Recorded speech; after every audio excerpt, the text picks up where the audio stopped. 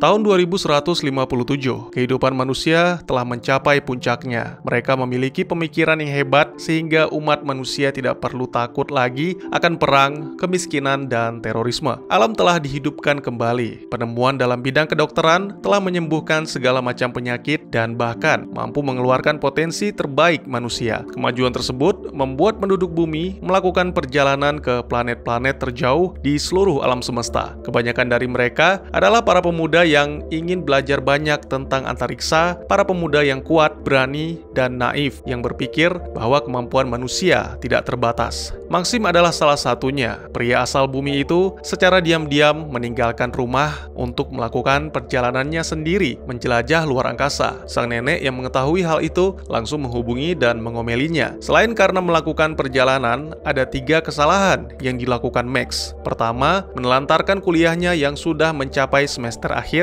Kedua, membawa jam tangan mendiang kakeknya tanpa izin. Dan ketika sang nenek hendak menjelaskan kesalahan ketiga, tiba-tiba saja terjadi masalah. Pesawat Max menghantam puing sehingga keluar jalur dan masuk ke wormhole sampai akhirnya mendarat di sebuah planet. Apakah planet tersebut berpenghuni dan apakah Max akan bertahan? Tidak perlu khawatir, jawabannya akan kalian temukan sesaat lagi. Karena itu, hanya sepenggal kisah pembuka dari film yang akan saya ceritakan. Berjudul Obitemi Ostrov atau Dark Planet, sebuah film Ura yang rilis di tahun 2008. Disutradarai oleh Ura, ditulis oleh Ura, serta dibintangi oleh aktor dan aktris yang sudah pasti Ura juga. Baik, selamat datang dan selamat berjumpa kembali. Bersama saya Ura, mari kita lanjutkan ceritanya. Film dimulai dengan menampilkan tokoh utama kita, Maxim Kammerer. Ya, pria itu berhasil selamat tapi tidak dengan pesawatnya yang hancur, tepat setelah ia meninggalkannya. Ternyata planet itu cukup indah dan memiliki tumbuhan seperti di bumi. Beberapa waktu kemudian, di tengah hutan, Max menemukan bekas api unggun yang menandakan di sana ada makhluk hidup selain tumbuhan. Dan ternyata dugaan Max benar, muncul sesosok makhluk dengan gigi dan cakar yang tajam, serta wujud yang sangat mirip dengan werewolf. Max pun mencoba berinteraksi, hingga akhirnya seorang pribumi muncul mengarahkan senapannya ke Max dan berbicara bahasa asing. Beruntung dengan cepat, Max memasukkan sebuah alat canggih ke telinganya. Alat itu tidak hanya sebagai penerjemah, tapi juga membuat Max bisa mengucapkan bahasa yang sama dengan penduduk setempat. Akhirnya, si pribumi pun bisa mengerti dan berjanji akan membantu Max mendapatkan alat komunikasi. Ternyata Max dibawa ke sebuah pangkalan militer. Di sana, si pribumi mendapatkan imbalan makanan dan Max diperiksa serta diteliti pikirannya karena dianggap sebagai mutan. Kembali Max menjelaskan bahwa dia membutuhkan alat komunikasi dan meminta agar dipertemukan dengan orang terpelajar. Sang komandan pun bisa mengerti dan dia memerintahkan Kopral Gaigal membawa Max ke ibu kota sekaligus mengawal kereta konvoi yang akan menuju ke sana. Terjadi sesuatu yang aneh dan semua pun mulai menyanyikan lagu patriot kecuali si pribumi. Dia mengalami sakit kepala dan epilepsi, itu membuat semua tentara mengamankannya. Diperlakukan dengan baik atau tidak, Max tetap tersenyum karena rasa kagumnya dengan planet tersebut. Dia sama sekali tidak menyangka kecelakaan telah membawanya ke sebuah petualangan baru dan itu membuat Max sedikit bangga. Petualangan baru tentunya menemukan hal-hal baru. Salah satunya adalah menara dengan bentuk aneh. Guy menjelaskan bahwa itu adalah menara yang melindungi mereka dari ancaman di luar sana. Tiba-tiba saja terjadi ledakan yang membuat menara tersebut roboh, menimpa kereta dan bahkan nyaris mengenai Max.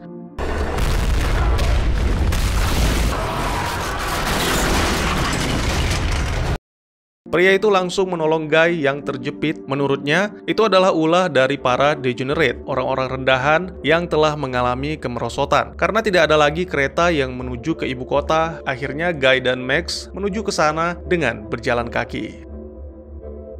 Kedatangan Max yang dianggap mutan telah sampai ke telinga dua petinggi negara, yaitu Emmerich dan Rudolf. Namun hanya Rudolf yang sepertinya sangat tertarik, dia langsung memerintahkan anak buahnya Fang untuk membawa Max, bahkan jika perlu menyeretnya. Fang diberikan izin untuk melakukan hal itu dengan membawa lencana milik Rudolf. Sementara itu, Guy mengantarkan Maxim ke gedung Departemen Penerangan. Sama seperti sebelumnya di pangkalan militer, otak Max dipindai agar para ilmuwan bisa mengetahui apa yang dipikirkannya. Tak lama kemudian, sesuai dengan perintah Rudolf, Fang pun datang untuk membawa Max pergi dari gedung itu, dan masih dengan alasan yang sama, yaitu Max akan diberi kesempatan untuk menghubungi tim penyelamat. Tiba-tiba saja terjadi masalah yang menyebabkan para petugas menutup beberapa jalur. Lalu, peristiwa aneh kembali terjadi. Ada semacam radiasi yang dipancarkan, seolah menjadi pemicu semangat para warga. Namun tidak dengan Fang. Radiasi membuatnya kesakitan hingga akhirnya mengalami epilepsi. Para petugas pun langsung memberikan pertolongan, sedangkan Max ditangkap karena warga meneriakinya mutan. Namun Max memanfaatkan kelengahan petugas dan akhirnya berhasil melarikan diri. Hal yang sama seperti Fang juga terjadi kepada Emmerich. Dia telah menyiapkan sesuatu untuk digigit karena radiasi membuatnya begitu tersiksa.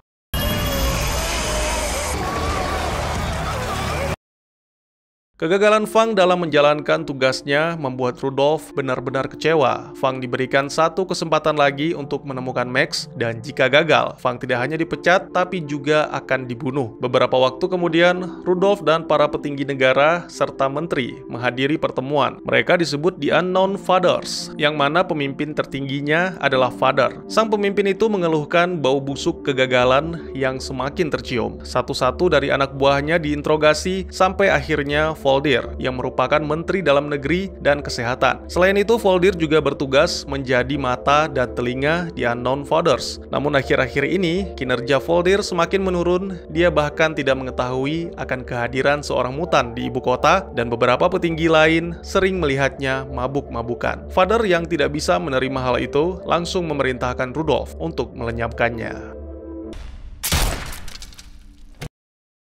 Kembali ke tokoh utama kita, untuk menghindari para petugas, Max melarikan diri ke tempat kumuh di mana para rakyat jelata berdagang. Ada beberapa hal yang menarik perhatiannya di sana. Pendongeng dengan kisah orang asing yang memerdekakan rakyat dari penderitaan, dan seorang wanita cantik yang bekerja sebagai pelayan di kafe. Seorang pria tua melakukan hal yang tidak senonoh. Max yang mencoba memperingatkan malah hendak dihajar. Tapi itu bukan masalah, karena pria tua tentu tak mungkin mampu berkelahi.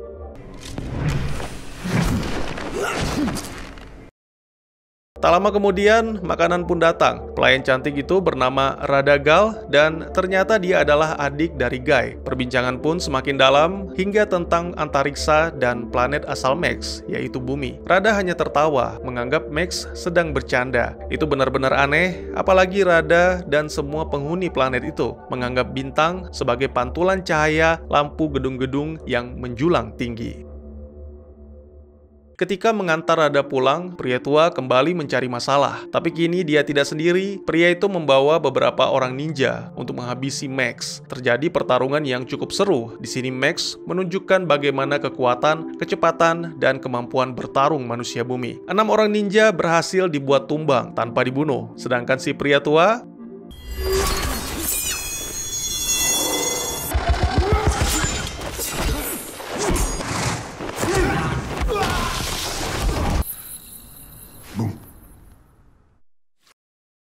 beberapa waktu kemudian, Max pun tiba di rumah Rada. Dia bertemu dengan Guy yang baru saja kembali. Mulai kini pria itu akan bertugas di ibu kota. Itu benar-benar membuat Rada lega karena tak perlu lagi mengkhawatirkan sang kakak. 3 hari telah berlalu, dan Fang masih belum menemukan Maxim. Pria itu memohon kesabaran Rudolf, karena Fang telah menyebarkan berita itu kepada para petugas patroli di jalan raya. Kembali ke Maxim, Guy, dan Rada. Malam itu mereka sedang menyaksikan psikopanorama, yang merupakan satu-satunya hiburan di planet itu. Maxim cukup terkejut melihat pikirannya ditampilkan di televisi. Menurut Guy, mereka yang bekerja di bagian penyiaran mengumpulkan imajinasi orang-orang yang mengalami gangguan jiwa untuk ditayangkan. Pada saat Saat tengah malam, diberitakan telah terjadi kontak senjata antara prajurit dan para pemberontak. Rada yang terbangun tidak menemukan Maxim. Ternyata pria itu berada di rooftop sedang membaca buku tentang sejarah. Planet itu bernama Sarax, yang mana menurut penjelasan di dalam buku, Sarax adalah sebuah daratan yang berada di dalam kubah. Itu adalah sebuah kekeliruan. Maxim menjelaskan kepada Rada bahwa planet itu bulat dan bergerak mengelilingi pusat cahaya, yaitu bintang. Ada banyak bintang serta planet di luar sana, dan Max berasal dari salah satu planet tersebut. Mungkin penjelasan itu terdengar gila, tapi itulah kenyataannya. Maxim kembali menceritakan tentang apa yang dia alami sehingga terdampar di Sarax. Yang dibutuhkannya kini adalah alat komunikasi untuk meminta bantuan, karena tanpa itu orang tuanya pasti mengira Maxim sudah mati. Rada juga menceritakan sedikit tentang orang tuanya yang merupakan seorang dokter dan pada saat itu sedang menjalankan tugas bersama para dokter lain untuk menanggulangi wabah di suatu daerah. Misi tersebut gagal dan semua dokter dievakuasi, namun hanya orang tua Rada yang menolak karena ingin tetap menjalankan tugas. Hingga pada akhirnya bom dijatuhkan di wilayah itu, menyebabkan orang tua Rada tewas dan sampai saat ini tidak diketahui siapa pelakunya. Guy menceritakan tentang dirinya yang telah mengabdi pada negara selama 3 tahun untuk menjaga perbatasan. Daerah di luar sana adalah hutan yang terkontaminasi radioaktif, yang mana telah mengubah manusia menjadi mutan. Mereka tidak lebih dari seonggok daging hidup yang hanya mengetahui caranya makan dan menghancurkan. Lalu, Guy juga menjelaskan tentang negara itu yang berada di atas pulau di tengah-tengah kepulauan, dan ada kerajaan lain di pulau seberang laut. Sejak kecil, Guy sudah mengetahui tentang Degenerate, di mana hampir setiap hari terjadi peristiwa ledakan bom di pemukiman penduduk, sekolah, dan rumah sakit. Sampai akhirnya The Unknown Fathers muncul membangun menara untuk menghentikan perang. Disebut unknown karena mereka tidak mau dianggap sebagai penguasa. Yang mereka inginkan hanya bekerja, membangun, dan melindungi negara. Itulah yang menginspirasi Guy untuk bergabung dengan militer, karena kini seluruh rakyat ikut andil dalam membangun dan melindungi negara. Guy langsung merekomendasikan Max agar diterima sebagai prajurit. Guy sangat mempercayai Max dan dia berjanji akan bertanggung jawab sebagai penjaga. Hari-hari Maxim sebagai kadet pun dimulai. Dia menghafal lirik lagu patriot, menjalani latihan fisik, dan juga latihan menembak. Itu memang membuat sang komandan benar-benar terkesan. Namun, Guy memperingatkan agar sebaiknya tidak terlalu mencolok demi menghindari masalah. Lagi-lagi, Maxim menunjukkan kecerdasan manusia bumi yang mampu menghafal satu buku hanya dalam waktu setengah jam. Kini Maxim mengetahui seluk-beluk planet, mengetahui tata letak daerah, serta teori-teori lain dalam bertempur. Guy benar-benar bangga terhadap Maxim. Kini dua pria itu pun semakin akrab layaknya saudara. Begitu pula hubungan Maxim dan Rada. Perasaan cinta perlahan tumbuh di hati dua insan yang dimabuk asmara. Beberapa hari kemudian, Maxim menjalankan tugas pertamanya, yaitu menyerbu tempat persembunyian Degenerate. Kapten memerintahkan untuk menangkap semua Degenerate dalam keadaan hidup. Oleh karena itu, Maxim langsung membuang senapannya dan bertarung dengan tangan kosong. Bahkan dengan kecepatannya, Maxim berhasil melumpuhkan seorang pria Degenerate yang hendak membunuh kapten.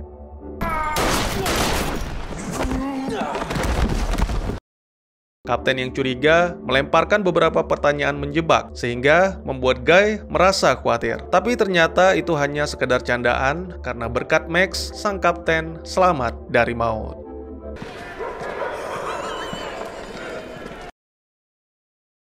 Ada 4 Degenerate yang ditahan. 2 di antara mereka, yaitu Gal Keshe dan Ordi, dihukum mati. Sedangkan sisanya, yaitu Renadu, dibebaskan, serta Vapor yang bermulut besar disemprot dengan uap panas. Lalu pria itu akan dipenjara selamanya dan dipekerjakan sebagai budak. Beberapa waktu kemudian, terjadi perdebatan antara Maxim dan Guy. Maxim tidak bisa menerima penjelasan Guy tentang dibebaskannya seorang Degenerate atau selanjutnya kita sebut Degen, seperti Renadu. Dengan hukuman yang begitu berat, rasanya tidak mungkin para Degen melakukan pemberontakan hanya demi uang. Apalagi 2 orang dihukum mati tanpa bukti. Menurut Maxim, seharusnya tentara itu melindungi, bukannya menyiksa dan membunuh orang-orang yang belum tentu bersalah. Akhirnya Fang berhasil mendapatkan informasi tentang Maxim yang kini bergabung dengan pasukan militer. Sayangnya ketika hendak mengepung rumah Rada, Maxim sudah lebih dulu dijemput oleh para prajurit untuk menjalani ujian yang disebut ujian berdarah. Jika berhasil, Max akan resmi diangkat sebagai tentara, namun jika gagal, akan dibunuh. Ya, sesuai namanya, Max diwajibkan mengeksekusi 2 Digen yang dijatuhi hukuman mati. Eksekusi dilakukan di tengah hutan. Max membawa 2 Digen bersamanya, tanpa didampingi oleh siapapun. Sangat mengejutkan, beberapa menit kemudian, jagoan kita kembali. Dia mengaku telah melepaskan para tahanan dan menyatakan mengundurkan diri, karena hampir semua yang diketahui oleh para warga, termasuk Guy, adalah kebohongan. Sang kapten yang tidak terima langsung menembak Max, sedangkan Guy dihukum dengan ditugaskan kembali ke wilayah perbatasan. Sementara itu, The Unknown Fathers sedang mengadakan pertemuan untuk membicarakan tentang invasi. Seluruh persenjataan dan kendaraan tempur telah dipersiapkan. Menurut salah satu ahli taktik mereka, yaitu Umrik, ini merupakan saat yang paling tepat untuk melakukan invasi yang diperkirakan akan terjadi selama 10 hari. Tentunya para warga tidak akan menyetujui rencana tersebut. Oleh karena itu, mereka juga telah menyiapkan alasan, yaitu Degen telah bekerja sama dengan negara-negara di luar sana dalam melakukan pembunuhan dan juga penyerangan terhadap menara pelindung. Sungguh licik, bukan? Ternyata Maxim tidak mati. Kini dia bersama para Degen dan seorang dokter sedang memeriksa tubuh Max yang sembuh secara ajaib. Max menjelaskan bahwa tubuhnya bisa pulih dengan sangat cepat serta tidak mempan terhadap racun. Satu-satunya yang bisa membunuh Max adalah ditembak di bagian kepala. Dan untungnya, sang kapten tidak melakukan hal itu. Setelah meyakinkan para Degen bahwa Max bukanlah mata-mata, sang dokter pun menjelaskan tentang The Unknown Fathers yang sebenarnya bukan pahlawan, tapi penguasa tamak dan sadis. Mereka datang mengaku sebagai pahlawan dengan melakukan hal-hal yang benar. Namun setelah itu, secara diam-diam merebut kekuasaan. Degen mengetahui kebusukan Father, serta mengetahui penggelapan dana yang dilakukan untuk pembangunan menara radiasi. Ya, dokter menjelaskan bahwa itu bukanlah menara pertahanan, tapi pemancar radiasi khusus yang beroperasi setiap pukul 10 dan pukul 22. Kebanyakan dari warga tidak merasakan apapun, tapi bagi sebagian kecil penduduk akan merasakan sakit kepala yang teramat sangat, sehingga mereka dikelompokkan sebagai Degen. Tepat pukul 22, radiasi pun dipancarkan. Masing-masing dari Degen langsung menggigit sesuatu untuk menahan rasa sakit. Namun kali ini ada yang berbeda. Sakit yang mereka rasakan berangsur-angsur berkurang berkat kemampuan rahasia Max.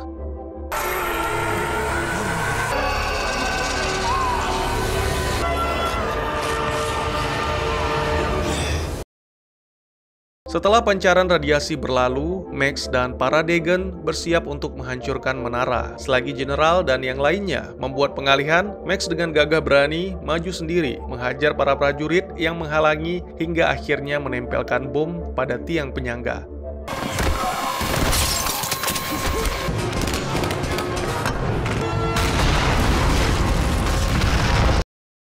Misi itu tidak bisa dibilang berhasil, karena hanya satu pemancar yang dihancurkan dan hampir seluruh anggota dari kelompok Degen tewas, kecuali dokter, general, dan seorang lagi yang ternyata adalah pengkhianat. Pria itu adalah agen dengan kode 771. Dia mengaku diutus Umrik untuk menggagalkan misi tersebut.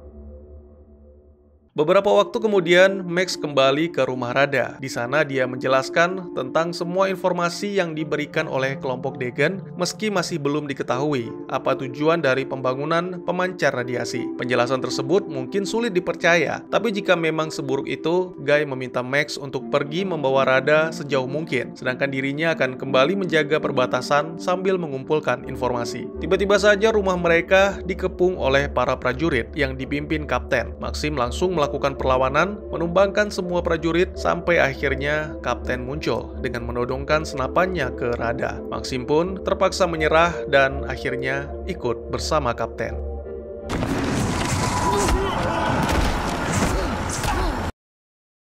Maxim dibawa ke penjara di wilayah selatan, sedangkan Guy tidak ada yang mengetahui kemana dia dibawa. Di penjara, Max bertemu kembali dengan pria pribumi. Pria itu bernama Zev dan di sana juga ada Vapor. Maxim menceritakan tentang gagalnya misi menghancurkan menara, seolah-olah dirinya telah menjadi bagian dari Dagon. Namun Zev dan Vapor hanya mengabaikannya. Mereka tidak bisa mempercayai Max begitu saja, mengingat sebelumnya dia adalah bagian dari militer. Kembali ke ibu kota, setelah mendapat pujian dari Father, Umrich kedatangan seorang tamu yang ternyata adalah Rudolf. Pria itu langsung menanyakan tentang Maxim. Dia adalah salah satu dari anggota militer yang ditangkap oleh Umrich karena membelot. Tentu saja itu tidak gratis. Sebagai imbalan, Rudolf akan memberikan helm anti radiasi serta menunda penyelesaian proyek yang sedang dikerjakan selama 5 hari.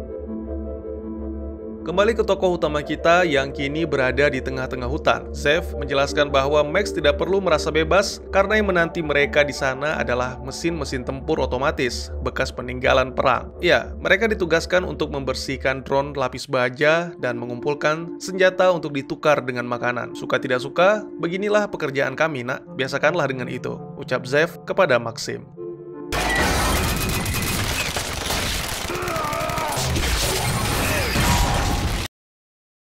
Karena merasa penasaran, Umrich mencoba memeriksa berkas Maxim yang dikirimkan oleh komandan di selatan. Ternyata pria yang dianggap mutan itu memiliki kemampuan yang tidak biasa. Namun yang sangat menarik perhatian adalah Maxim mampu menahan radiasi. Sepertinya Umrich memiliki rencana rahasia. Dia langsung meminta anak buahnya untuk mengirimkan pesan kepada kepala penjara agar membuat laporan tentang hilangnya Maxim. Nantinya laporan tersebut akan dikirimkan kepada Rudolf.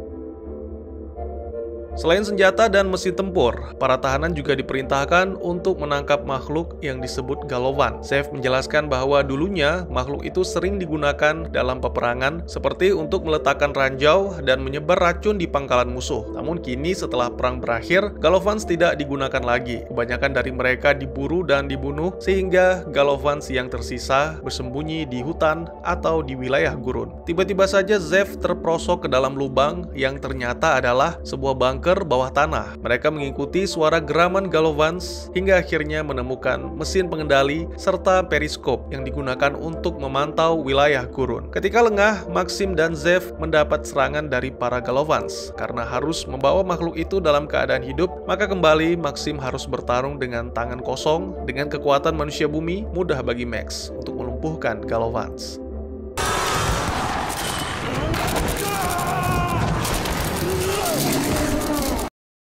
Lalu pada malam hari, ketika semuanya beristirahat, Max mencoba berkomunikasi dengan makhluk itu dan memutuskan untuk melepaskannya. Entah apa yang mereka bicarakan, Max hanya menjelaskan kepada Zev dan Vapor bahwa Galovans bukanlah hewan untuk diburu.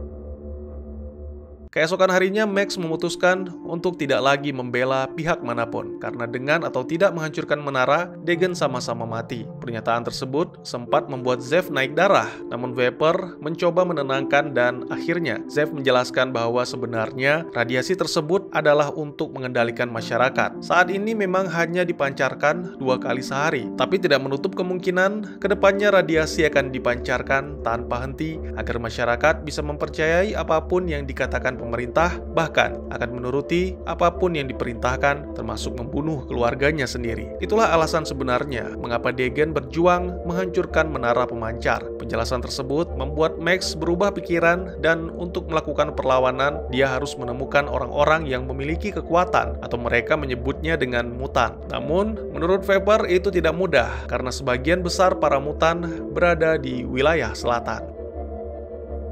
Kemunculan mesin-mesin tempur membuat Zev dan Vapor terpojok, tapi tidak dengan Max. Secara diam-diam, pria itu melesat dengan cepat, menyelinap masuk ke dalam tank, dan akhirnya menonaktifkan kendaraan tempur itu.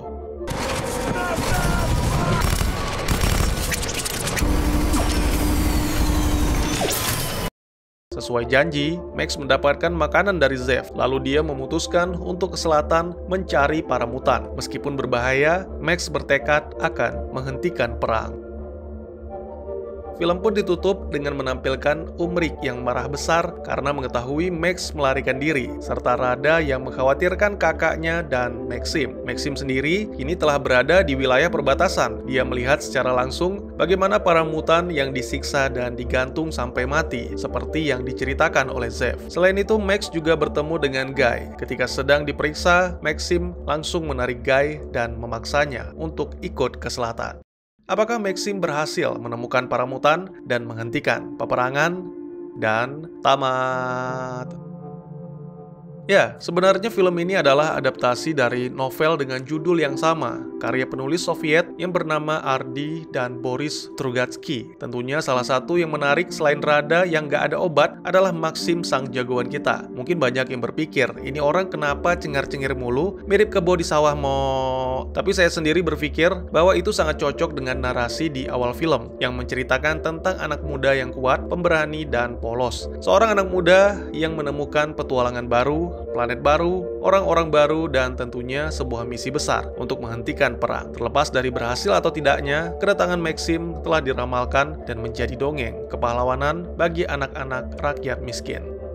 Film ini berbahasa Rusia dengan subtitle seadanya, dan inilah pemahaman saya. Maxim adalah seorang anak muda dari bumi yang berprofesi sebagai mahasiswa sekaligus penjelajah antariksa amatiran. Karena sering dianggap gagal oleh teman-temannya, Maxim pun memulai petualangan hingga akhirnya tidak sengaja mendarat di planet tak dikenal yang dihuni oleh ras humanoid dan selanjutnya dikenal dengan nama Sarax. Kondisi atmosfer planet itu sangat berbeda dari bumi, sehingga membuat penduduk percaya bahwa mereka hidup di dalam bola kaca. Tingkat perkembangan teknologi di Sarax mirip dengan bumi pada pertengahan abad ke-20. Planet itu baru saja melalui perang besar, dan kini kondisi populasinya bisa dibilang cukup buruk.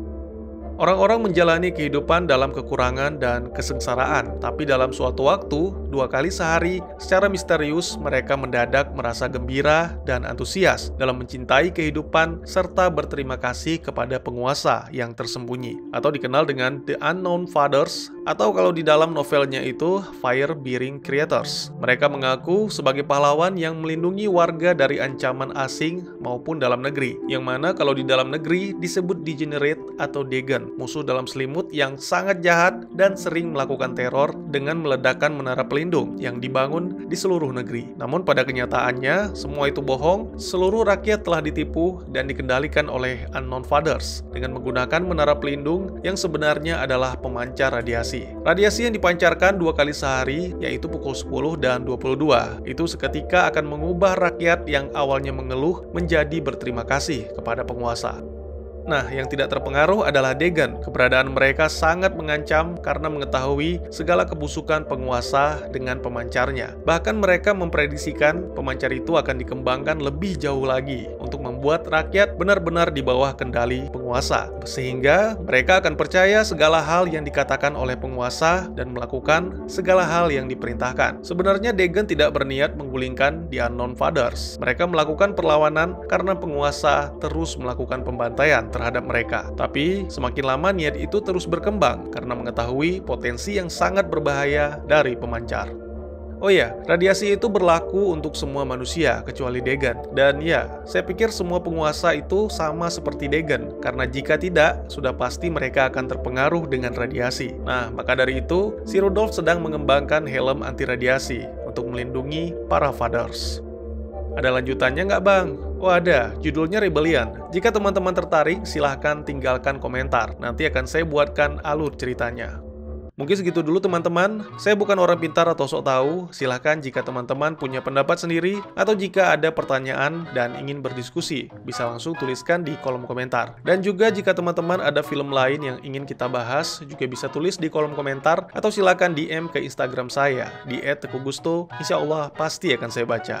Mari kita jadikan kolom komentar sebagai sarana penambah wawasan dan menciptakan jalinan persaudaraan, bukannya malah menjadikannya sebagai tempat pembulian sehingga menciptakan permusuhan.